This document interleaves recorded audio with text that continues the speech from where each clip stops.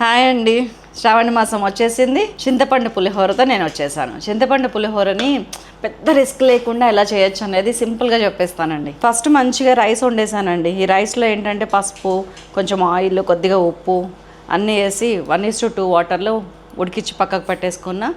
అన్నం వేడిగా ఉండగానే కొంచెం ఆయిల్, కరివేపాకు వేసి కలిపేసి పక్కకు పెట్టేశాను. ఆ తర్వాత ఒక కడాయిలో ఆయిల్ తీసుకున్నాను, పచ్చిమిరపకాయలు వేయించి పక్కకు పెట్టుకున్నాను. ఆ తర్వాత హై ఫ్లేమ్, ఆ తర్వాత అదే ఫ్లేమ్ మీద పల్లీలు, మినపప్పు, శనగపప్పు, జీలకర్ర, ఆవాలు, ఇంగువ, ఎండుమిర్చి, కరివేపాకు, అల్లం అన్నీ వేసి మంచిగా ఫ్రై చేసి ఇంకో పక్కకు పెట్టుకున్నాను. ఇప్పుడు ఒక కడాయిలో టామరిన్ జ్యూస్, చింతపండు పులుసు ఇట్లాగా లైట్గా వాటర్ వేసి మంచిగా పిసికేసి చింతపండు తీసి పక్కకు పట్టేసి పులుసు పెట్టేశాను.